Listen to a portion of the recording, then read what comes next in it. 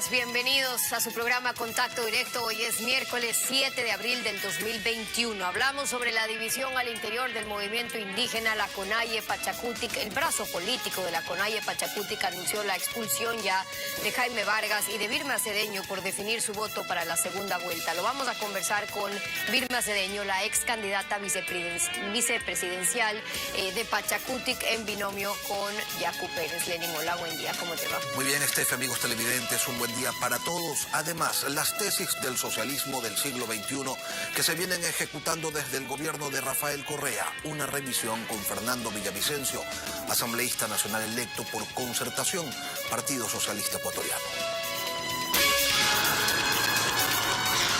La actualidad, los protagonistas, el análisis y la información en Contacto Directo.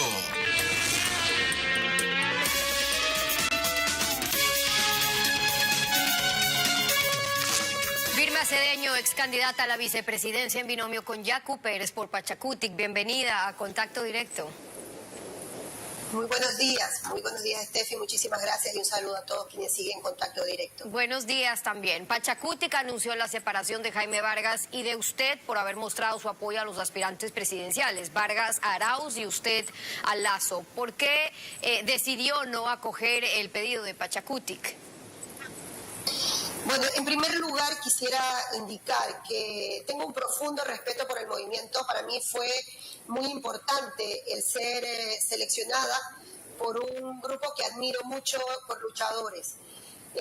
Debo indicar y aclarar que yo no soy adherente ni afiliada, no estoy afiliada al movimiento, por tanto, pues no puedo ser expulsada. Segundo, tampoco fui invitada, y eso lo sabe el movimiento, a la reunión en la cual se hizo o se tomó la decisión de ir por el voto nulo ideológico, que hubiera sido importante. Yo consideré que era porque yo no era parte afiliada al movimiento. Y finalmente la decisión es un análisis de conciencia que tal vez incluso defiende mucho más los intereses de aquella lucha del movimiento indígena.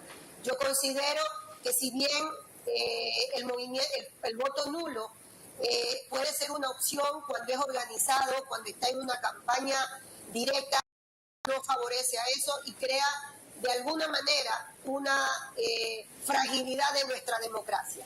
Yo no voy a votar por el señor Lasso, voy a hacer un voto antisocialismo del siglo XXI, un voto anti el autoritarismo, un voto anti la corrupción infame que tuvimos durante estos años, un voto anti ese autoritarismo que criminalizó a activistas, que criminalizó a maestros, a periodistas. La posición de Pachacutic, de las confederaciones de movimientos indígenas, será hacer un llamado a ese voto nulo. Usted, de hecho, ha anunciado que no puede permanecer irresponsablemente neutra, dijo, ante la posibilidad de que se restablezca el socialismo del siglo XXI. ¿Por qué no da igual? ¿Por qué si son oposición? Es decir, si usted dice, yo no quisiera votar ni por Lasso ni por Arauz, pero ¿por qué no da igual a votar nulo? No da igual porque tendremos un resultado, y mi análisis fue que si me despertaba el 12 de abril con un presidente electo representando a ese socialismo fracasado y tramposo del siglo XXI, no daba igual.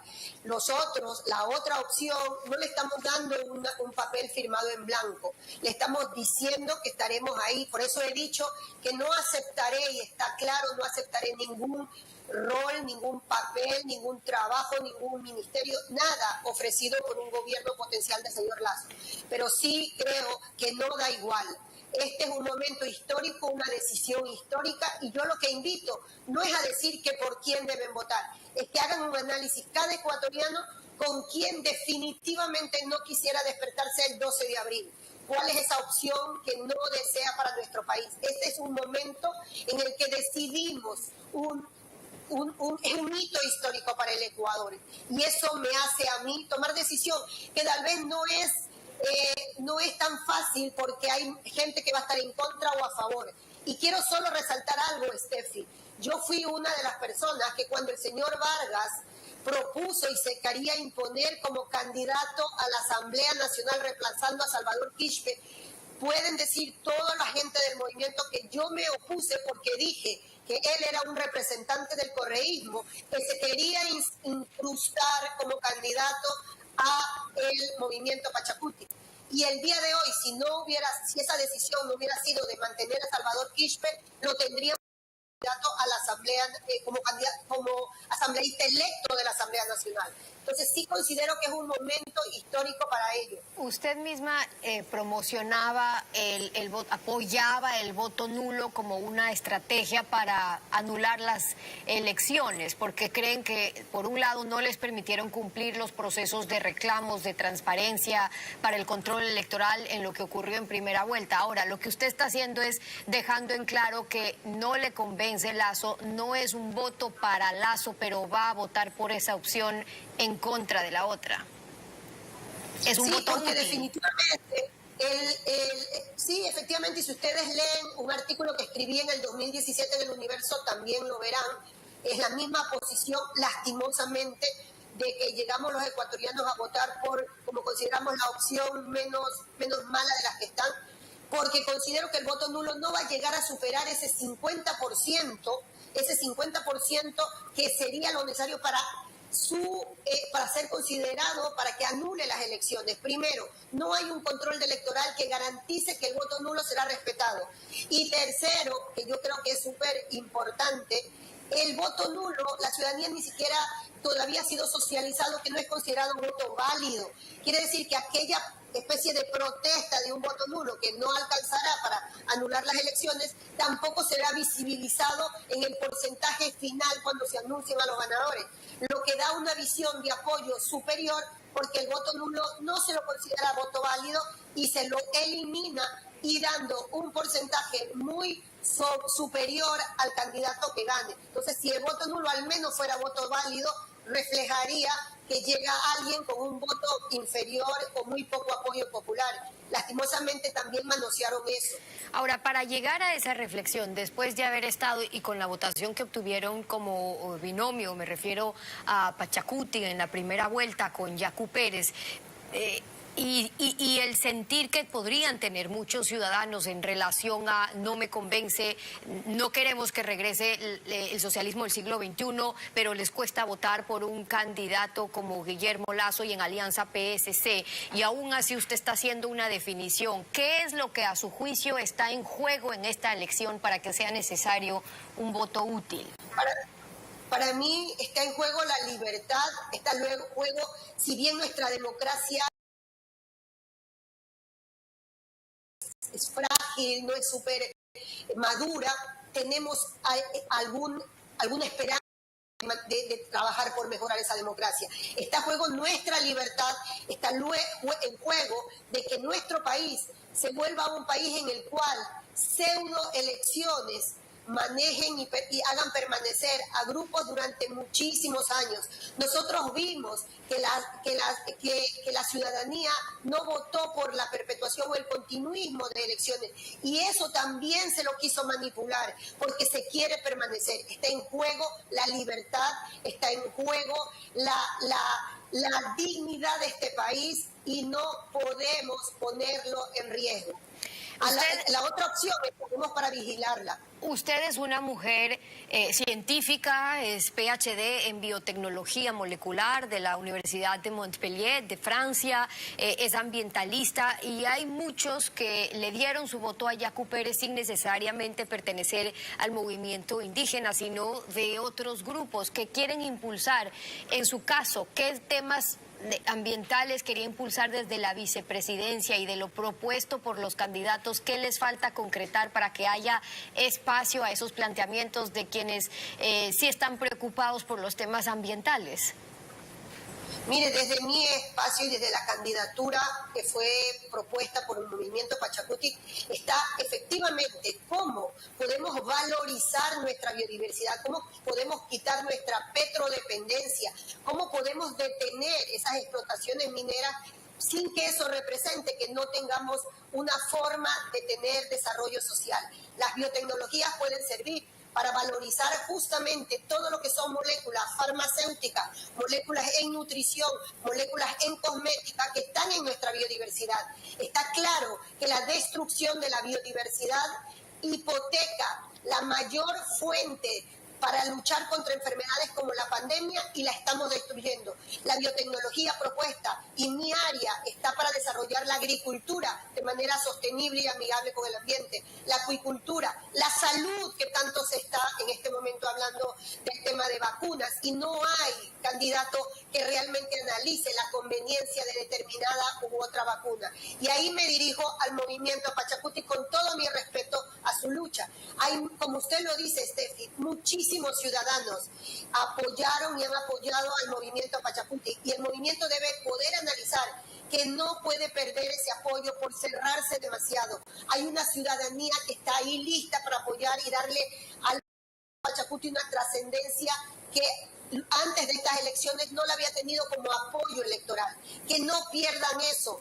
Hay una población... Refiriéndose a ese 19-20%, digamos, de la votación. Ahora, cuando usted comunicó su decisión, dijo que votar por el correísmo, por la candidatura de Arauz, el permitir que regrese un gobierno que promovía el odio y la división y que criminalizó a muchos activistas y dirigentes indígenas, es lo que significaba ese voto. Pero ¿cómo explica entonces que de haber sido esa persecución, el que haya líderes indígenas, probablemente muchos sectores de las bases indígenas entonces que sí confían y apoyan la gestión de ese gobierno al votar por Arauz?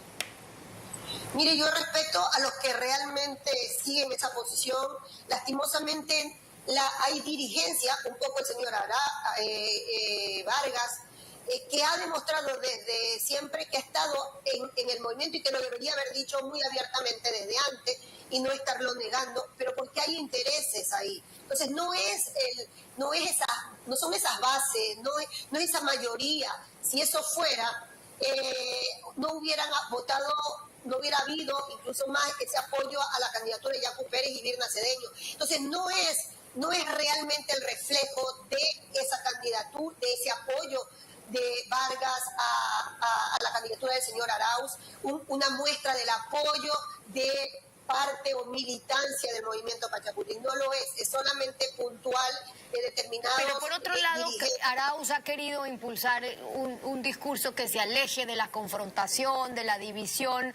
¿Por qué no se podría confiar en que siendo un candidato joven de 35 años se pueda alejar de esas viejas prácticas de persecución o de los vicios de corrupción que empañaron a ese gobierno?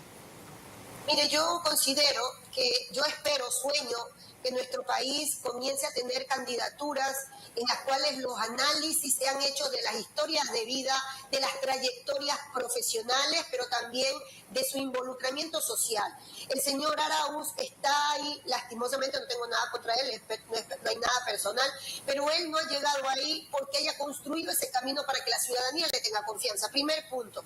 Segundo punto, no convence que sus capacidades sean las que les permitan ser el presidente. Una persona que habla de sacar el oro de teléfonos celulares, de que con eso se evita la explotación minera, una persona que ofrece demagogia dinero que no hay para el país y que lo ofrecen simplemente ni siquiera haciendo un análisis de quién lo requiere, sino populistamente a cualquiera y a varios. Una persona que ha pasado 12 años como funcionario de un banco central, de ambos gobiernos que él supuestamente se deslinda y de un último presente que ataca, en el cual 10 años no estuvo, sino con licencia. Entonces yo creo que hay cosas que no van más allá incluso de su representación de un socialismo del siglo XXI, es de él como candidato. Y que al estar ahí solo, aupado por este modelo, por esta cuestión latinoamericana, por eso yo ni siquiera me refiero al correísmo, porque no es un posicionamiento a nivel del Ecuador, es un modelo que ha querido invadir nuestro sistema latinoamericano y que tiene a muchos de los países sumergidos en pseudo-democracias, en las cuales, en dictaduras disfrazadas detrás de pseudo-democracias. Entonces, para mí, el candidato Arauz ni siquiera ha logrado ganar ese espacio como él, como candidato, por sus características,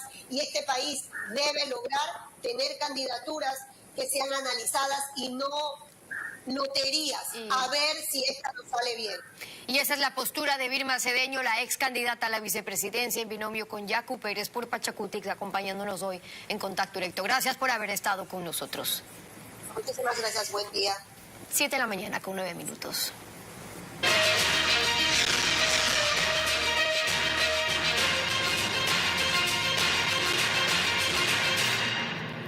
Mucho se comenta en segunda vuelta que los candidatos han tenido que dedicarse más a la campaña sucia que a exponer en detalle sus planes de gobierno. Alfredo, buenos días. ¿Cómo te va?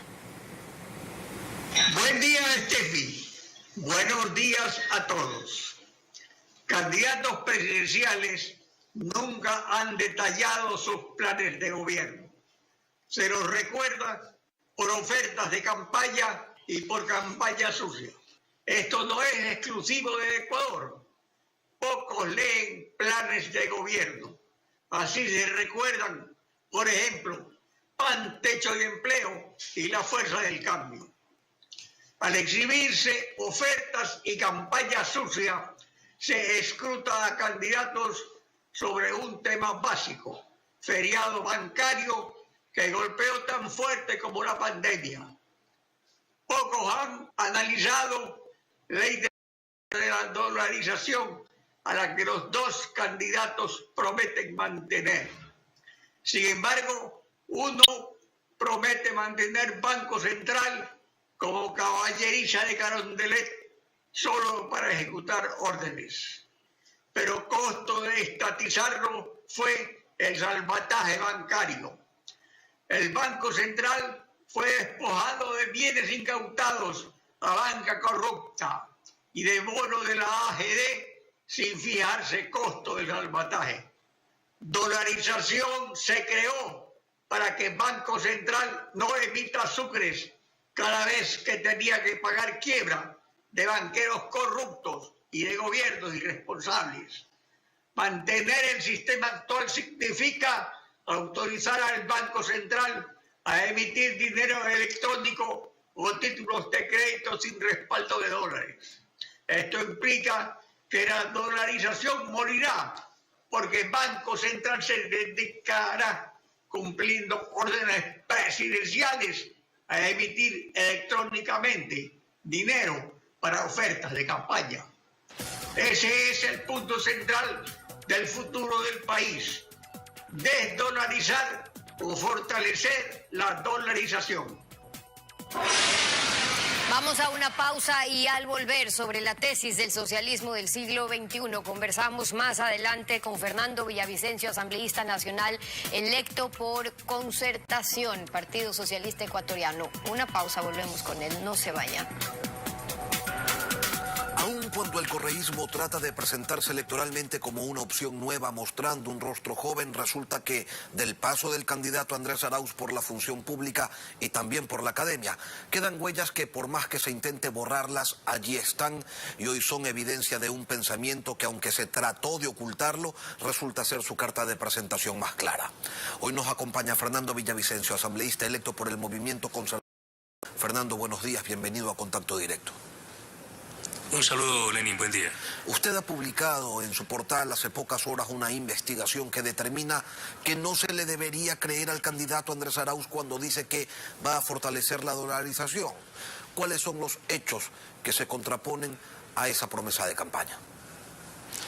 Bueno, en realidad el país no debería creerle a Andrés Arauz, no solo por eso, sino principalmente por haberle dicho que él fue despedido del Banco Central del Ecuador el 8 de mayo del año 2020 por un pedido de los banqueros. La información que nosotros tenemos es que aquí hubo una indemnización pactada con su ex compañera de Semplades y amiga del correísmo, la gerenta del Banco Central, Verónica Artola. ¿Y por qué digo pactada? Porque para mayo del año 2020, del año anterior, en plena pandemia, el señor Arauz ya era el candidato a la presidencia de la República porque así lo había decidido Rafael Vicente Correa Delgado. Es decir, Andrés Arauz tenía que haber renunciado a su cargo en el Banco Central para ser candidato a la presidencia, pero no podía renunciar porque tenía una licencia sin remuneración para estudiar en México. Entonces aquí viene este pacto para regalarle $27,583, y digo regalarle porque el señor no tenía, de acuerdo con la ley, derecho a esta indemnización. Fernando, por pero esa no razón solamente el tema es el monto de la indemnización. Andrés Arauz iba y venía del Banco Central, a donde, según su investigación, él ingresa de una manera extraña, sobre todo por el cargo al que llega, que requería condiciones que Arauz no cumplía en ese momento. ¿Cómo fue eso? Eso es muy importante y el país tiene que saberlo. Toda la vida de Andrés Arauz en el Banco Central y en el gobierno de Correa está asignado por su trabajo con Rafael Correa, Pedro Páez y Diego Borja. Este es el decreto 334 firmado por Rafael Correa en junio del año 2007, con el cual dispone que se arme una estructura internacional financiera paralela al dólar, para enfrentar el dólar, para construir un sistema monetario propio en la región. Y nombra a esta comisión al señor Pedro Páez y a Diego Borja. Y aquí viene, resulta que el señor Pedro Páez era profesor en la Flaxo de Andrés Arauz Galarza. Y para el año 2007 el señor Galarza ya había entrado al Banco Central del Ecuador sin cumplir con los requisitos que manda la ley, en un concurso trucho. ¿Por qué? Porque para esa fecha, 2007, el señor Arauz no tenía título de tercer nivel.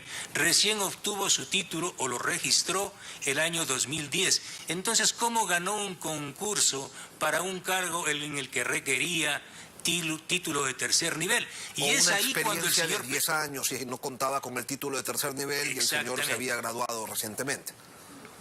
Entonces Pedro Páez le lleva a trabajar apenas 2 meses, a los 2 meses de que está con el cargo el señor Arauz en el Banco Central, le lleva a trabajar en esta comisión creada por Correa y por Hugo Chávez para construir el sistema de compensación Sucre y el Banco del Sur para enfrentar al dólar y para salir de la dolarización. Aquí están los documentos del señor Arauz, no puede mentir.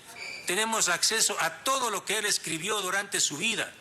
Toda su vida en el Banco Central y en la academia estuvo orientada a salir de la dolarización. Fernando, y el señor tiene mucho sentido que los enemigos del imperialismo norteamericano, amantes del imperialismo chino, enemigos del dólar, en su momento Hugo Chávez y los acólitos del siglo XXI, empujaron, sí, hacia la creación de un sistema único de compensación regional, el Sucre, y por acá se emocionaron algunos con la referencia, pero resulta que poco tiempo después se fueron descubriendo los otros usos de ese sistema. ¿Cuánto dinero se calcula que fue lavado a través de ese sistema único de compensación regional? Eso es lo interesante y lo de fondo, Lenin y ecuatorianos. Estos dos mecanismos, estos dos proyectos grandes que nacieron de la cabeza del dictador Hugo Chávez y que fueron copiados por Rafael Correa y que tuvo como su pupilo y su alumno principal, Andrés Arauz, era la creación de un banco propio, que está bien.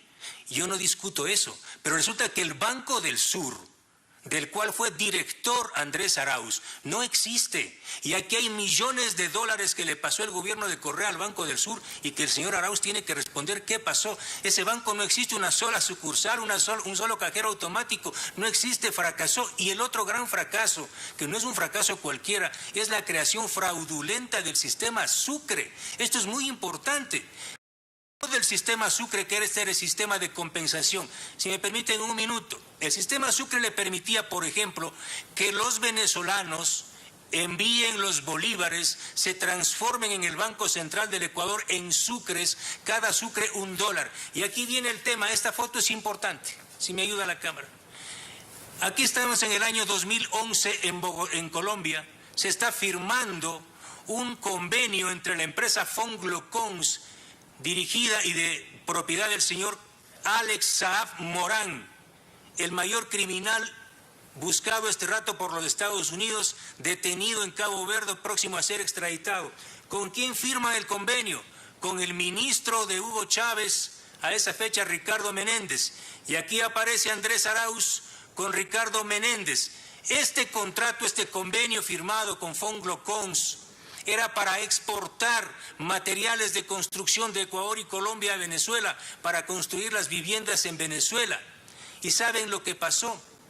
No fue un solo maldito cable a Venezuela, se generó todo un sistema de exportaciones ficticias y llegaron los bolívares sucios, se transformaron en dólares aquí en Ecuador y fueron a las cuentas de Fonglocons. Fonglocons, los propietarios de Fonglocons son Alex Saab, Álvaro Pulido y Luis Eduardo Sánchez Llanes. Alex Saab está buscado este rato por Estados Unidos por lavado de dinero. ¿Por qué, Lenin? Porque aquí en este país se retuvieron 60 millones de dólares. Cuando nosotros denunciamos, esa plata pasó bajo control del Banco Central. ¿Y qué es lo que hizo el fiscal de Rafael Correa? Galo Chiriboga y los jueces permitieron liberar esa plata que acabó en las cuentas de los Estados Unidos, en las cuentas de Alex Saab y Álvaro Pulido. Por esa razón, entre otras, la justicia de Estados Unidos está procesando a Alex Saab y Álvaro Pulido por ser Alex Saab el testaferro de Nicolás Maduro y haber lavado dinero sucio de Venezuela aquí en el Ecuador. Es decir, es un tema gravísimo, Lenin. Y hay más, porque en 2008 la ONU le dijo al mundo que se mantenga vigilante de las actividades de la banca iraní para evitar precisamente actos financieros que contribuyan a la realización de actividades nucleares. En la Revolución Ciudadana muchas cosas se entendían al revés y se firmaron, a partir de aquello, acuerdos de cooperación con Irán aún a riesgo de que se considere al Banco Central del Ecuador como colaborador de criminales internacionales o terroristas. Yo le pregunto directamente, Fernando, ¿Andrés Arauz tuvo algún en esa jugada? Pero claro, mire, aquí están los documentos. Él fue director general del Banco Central del Ecuador. Aquí están los documentos, yo siempre hablo con documentos. Él fue parte del equipo que creó todo el andamiaje legal para facilitar acuerdos comerciales y financieros con Irán, violando las normas y las regulaciones internacionales, bypaseando el control de los Estados Unidos y de Naciones Unidas. Tanto así que Andrés Arauz viajó en abril del año 2011 para finiquitar estos acuerdos con Irán. Y lo sorprendente del caso es que semanas después, ¿quién acaba nombrado embajador de Ecuador, de Rafael Correa, en Irán? Es el suegro de Andrés Arauz, el señor Vicente Vélez, que es el actual rector de la Universidad Técnica de Manabí, donde se acusa que se han hecho grandes fraudes electorales en los últimos procesos. Fernando. Es decir, el señor Arauz siempre estuvo vinculado a esta estructura delictiva internacional llamada socialismo del siglo XXI, liderado por Hugo Chávez. Fernando, la tesis con la que Andrés Arauz obtuvo su maestría en Ciencias Sociales en Flaxo señala con claridad que para regular la cuenta de capitales, la cuenta nacional de capitales, se debe obligar a los exportadores a que reciban sus pagos en el país, generando así una condición al comprador que terminaría afectando la competitividad de los productos ecuatorianos. Plantea también elevar el coeficiente de liquidez doméstica a un 80% para que los bancos dejen el dinero en el país y no puedan realizar inversiones rentables donde mejores dividendos puedan obtener sus clientes. Habla además de regular las cartas de crédito para que solo los grandes importadores con suficiente capital en efectivo puedan traer productos al Ecuador. Pero lo que más llama la atención es que Arauz sostiene que se debería implementar un control de capitales para que cada transferencia desde y hacia el exterior cuente con el aval de alguna instancia administrativa del Estado. Le pregunto, Fernando, ¿estamos ante la descripción del corralito en versión ecuatoriana? Exactamente, usted ha leído esta tesis, usted ha leído todos los documentos, la conclusión es clarísima. Estamos frente a un peligro real. El triunfo de Andrés Arauz implica que toda esta nomenclatura, ¿sí?, toda esta teoría y estos proyectos que no pudieron cumplir en el primer tramo del gobierno de Correa, ellos vienen a implementarlo. ¿Por qué? Porque son un proyecto internacional, como acaba de decir Virna Cedeño, coincido enteramente con ella. No estamos frente a un proyecto local. Aquí lo que está en juego es el proyecto del chavismo y del Foro de Sao Paulo, aupado por Rusia y China. Mucho más, déjeme decirle lo que acaba de pasar ayer hablando de China. El día de ayer, la justicia de los Estados Unidos, ¿sí?, el Departamento de Justicia acaba de dar la razón a esta investigación publicada en 2013, Ecuador Made in China. Ayer, compatriotas, la justicia de Estados Unidos, bajo declaración de Raymond Kohut, un ex ejecutivo de Gumbor, la intermediaria de Petrochina, señala que esta intermediaria mafiosa de Gumbor pagó $22 millones a altos ejecutivos del gobierno de Rafael Correa y Lenín Moreno.